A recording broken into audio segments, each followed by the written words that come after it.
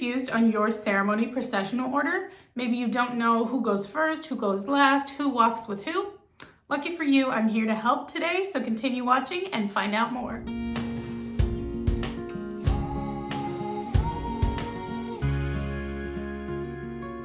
Hi everyone, it's your favorite wedding planner Bree here, and today I'm going to talk about ceremony processional order. A lot of people don't necessarily know the traditional order to go in. Like I said, you don't have to follow the traditional order. It's totally up to you. It's your wedding. You can decide how you want to do it, who you want to walk in at certain times. That is totally up to you. It is your day. Traditionally though, this is kind of how it goes. So first thing I want to say is generally the entire processional traditionally has the same song until you get to the bride's march, which is where the bride walks in. So usually it's the same song. Traditionally, that song is canon in D, but use whatever you want. Okay, so as far as order, if you want your officiant to walk in, usually they are going to go first. If you don't want them to be a part of your processional, they can already be up at the arch or up at the ceremony area, just standing there ready to go. Next, if you are going to have your grandparents walk in the processional, generally they are going to go first. Traditionally, that's how it is. I always especially say to put them first because, I mean, they are older. You don't want them standing any longer than they have to be. Traditionally, what it's going to be is it's going to be the bride's grandparents and then the groom's grandparents. If there's only one grandparent on each side, maybe they're escorted by a brother, a nephew, an uncle, somebody like that. Or they can walk by themselves. That's totally up to them. Next, then it's usually going to be the bride's mom. So the bride's mom usually walks in and it can be escorted again by anybody or can walk by herself. Maybe she's a strong, independent woman and she just wants to walk down by herself and be like, yeah, my daughter's getting married. It's all cool. Then next, usually the groom, who is escorted by his mother, is going to be walked in. Usually the groom's father, I mean, they could walk in with them. It's kind of up to what you want. But a lot of times, you know, it's like bride and her dad, groom and his mom. It's kind of that whole dynamic. Again, do whatever you want. It's your wedding, right? And then usually the wedding party is going to walk in. So there's a couple different ways your wedding party can walk in. They can walk in as couples. So you pair the bridesmaids and groomsmen up and they walk in. Or if you want them to walk in individually, the groomsmen usually go first and then the bridesmaids. One thing I will mention with the wedding party is usually you want to do it kind of in opposite order of how they stand during the ceremony. So you want the farthest people from the bride and groom to walk in first. So you want bridesmaid, groomsmen, bridesmaid, groomsmen, bridesmaid, groomsmen. And the last people that you want to walk in are the maid of honor and the best man, because they're going to be right next to the bride and groom. So basically you want to fill in from the outside in. After that, usually then it's going to be the ring bearer. If there's multiple, they usually still walk together. I know ring security is a huge thing now, which is super cute. One thing I will mention with the rings is if they're young especially, I would not trust them to carry the actual rings down there. If you're going to do that actual rings on the pillow or in the case or whatever the ring bearer is going to carry, give it to them literally right before they walk down the aisle. And as soon as they get to the end of that aisle at the very beginning, they need to hand it to the best man.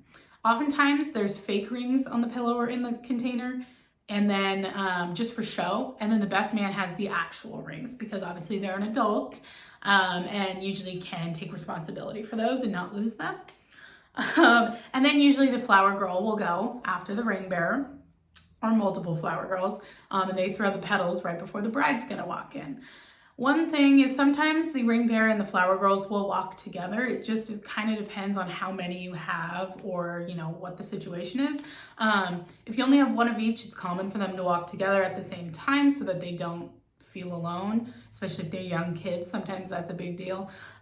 It's also common to have them walk together if they're like really young, or if one of them's really young and needs help from the older one to kind of get down that aisle. You have to think of all those kind of logistical things too, because if they're super little, they're not gonna know where to go. And then lastly, the bride walks in with her dad. So usually that is when the song changes. So a lot of times the bride's march is a different song. You can choose whatever song you like, or you can do the Bride's March. And then after that, everyone's up there, music stops, ceremony begins. And then after the ceremony is over, there's also something called a recessional. So processionals before, recessionals after. Basically with that one, they're gonna walk out in an opposite order that they walked in. So the bride and groom are gonna leave first, then the maid of honor, best man, the rest of the bridal party. So instead of going this way, they're going to go this way this time. And then usually the parents and the grandparents still walk out afterwards as well. Obviously, like I said, that's up to you. This is all based on the traditional sense. A couple of pro tips for the ceremony. If your bridesmaids are in heels and they're gonna be walking on grass or anything like that, it is doable. I always recommend wedges just because obviously those aren't gonna sink into grass no matter what. But if you want them to wear thin heels, still doable. You just need to tell them to walk on their tippy toes and bend their knees on the grass if they think that they're going to be sinking. Generally, bridesmaid dresses are long, so you're not going to be able to see that anyway. And that's another case where you might want them walking in couples with a groomsman so that the groomsman can help support them as well. Another pro ceremony tip is obviously to leave seats for those people who are going to be walking in during that processional in the first row. So grandparents and parents need to have reserved seats so that nobody else sits in them and they're not, fumbling around not knowing where to sit. Plus, they're your parents and your grandparents. They should be in that first row anyways. Another tip I always mention is just to make sure that the people walking in the ceremony processional don't have sunglasses on, aren't chewing gum. You want to make sure that they're smiling. These pictures that your photographer is going to take of the processional are going to be yours forever. You want to make sure that the pictures are going to turn out good. So those are just a few things you kind of want to look out for. Another pro tip I kind of have for the rehearsal part of the ceremony. So the day before when you rehearse how they're going to walk in, etc. Something I always do right after I explain who I am, I'm the event coordinator, here's what we're going to do, is I have them walk the ceremony path with me. And then I put them in their places. Before we even practice walking individually, I put them in their places where they're going to be at the front of the ceremony. Because then they know exactly where they're going when we practice the walking part. You put them there first, say this is where you're gonna stand when we walk in, and then you practice the walk out. Okay, this is how you're gonna walk out. Then you can actually go through the rehearsal a couple times and they're not as confused about, oh, should I be standing here? Should I be standing here? Etc. With the parents, you also want to, have those seats. Oh, this is where you're going to sit. This exact seat is where you should be. Another tip is if the bride is going to be making any turns or anything like that, especially for photos, you want to have somebody there to fluff the train if you have a train or a long veil.